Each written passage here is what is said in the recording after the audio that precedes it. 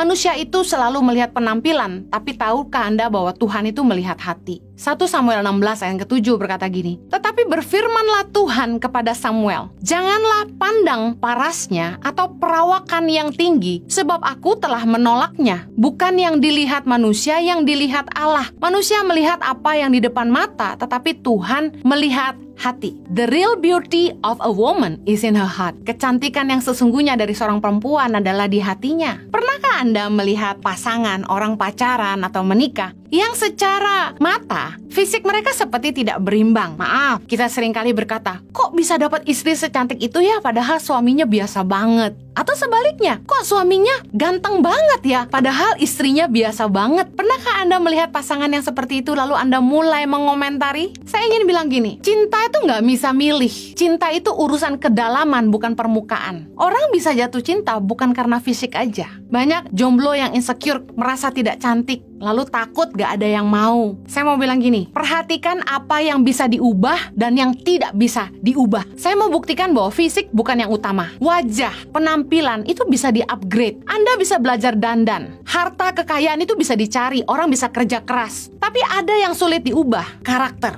Waktu pacaran, kebanyakan pria itu fokus cari yang cantik. Tetapi kalau mau nikah, pasti cari yang baik. Yang wanita, waktu pacaran pasti cari yang tampan. Tapi kalau mau nikah, pasti cari yang mapan. Makanya saya pesan sama anak-anak muda, kalau wajahmu tidak tertolong, kantongmu harus bisa menolong. Makanya kita nggak heran, banyak pria yang kelihatannya kurang tampan, tapi istrinya cantik sekali. Jawabannya cuma satu, kantongnya bisa menolong. Jangan depresi, jomblo nggak laku-laku karena merasa nggak cantik. Saya seringkali kalau ketemu sama anak-anak gadis yang belum nikah, saya selalu godain dan dia bilang gini, ayo, belum punya anak udah sebesar ini, diet, olahraga. Kita yang sudah nikah aja berusaha jaga tubuh kita, apalagi yang belum nikah. Urusan kecantikan dan penampilan itu bisa di-upgrade asalkan kita mau berusaha mempercantik diri, merubah penampilan kita. Kalau yang pria merasa, saya miskin, mana ada yang mau sama saya? Gampang, kerja keras. Jadilah orang yang berintegritas, bisa dipercaya. Hiduplah dalam kebenaran, Tuhan pasti menyertai. Saya percaya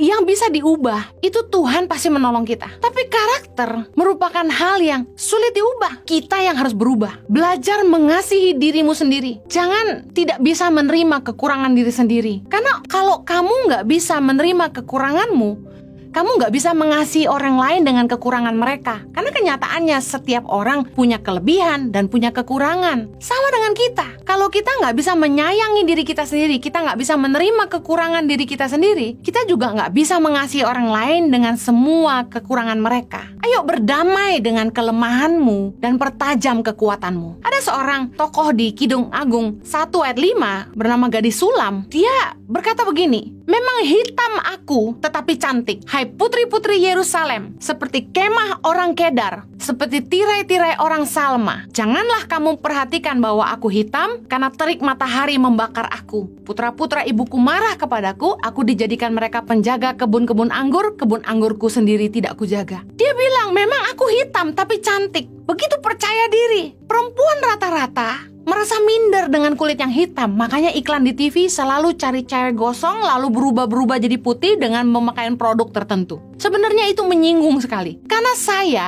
sejak kecil sampai sebesar ini gak pernah berubah jadi putri salju hanya karena pakai krim apapun. Semua produk dengan iklan begitu tuh penipuan massal. Kalau kita memang sudah lahirnya gak putih, gak usah berharap putih. Terima dirimu sendiri. Berani berkata begini, memang hitam aku tetapi cantik. Belajar terima dirimu sendiri. Kalau kamu gak bisa nerima dirimu sendiri, kamu juga gak akan bisa nerima orang lain. Apa yang Tuhan sudah kasih buat kita, itu yang Tuhan pandang indah bagi kita. Itu yang Tuhan pandang indah bagi dia. Buktinya hitam-hitam gini laku juga. Gak harus putih kan? Mungkin ada di antara kita yang insecure karena masa lalu yang buruk. Saya mau bilang gini, sekalipun kita sudah rusak, Tuhan sanggup memulihkan kita. Yeremia 18 ayat keempat. Apabila bejana yang sedang dibuatnya dari tanah liat di tangannya itu rusak, maka tukang periuk itu mengerjakannya kembali menjadi bejana lain menurut apa yang baik pada pemandangannya. Tuhan itu sanggup memulihkan hidup kita. Saya ngalamin banget dalam hidup saya. Masa lalu yang begitu buruk, hancur. Tuhan kasih saya kesempatan hidup yang baru. Dengan identitas yang baru. Tuhan membuat saya utuh. Apa yang dulu telah menjadi kehinaan bagi saya,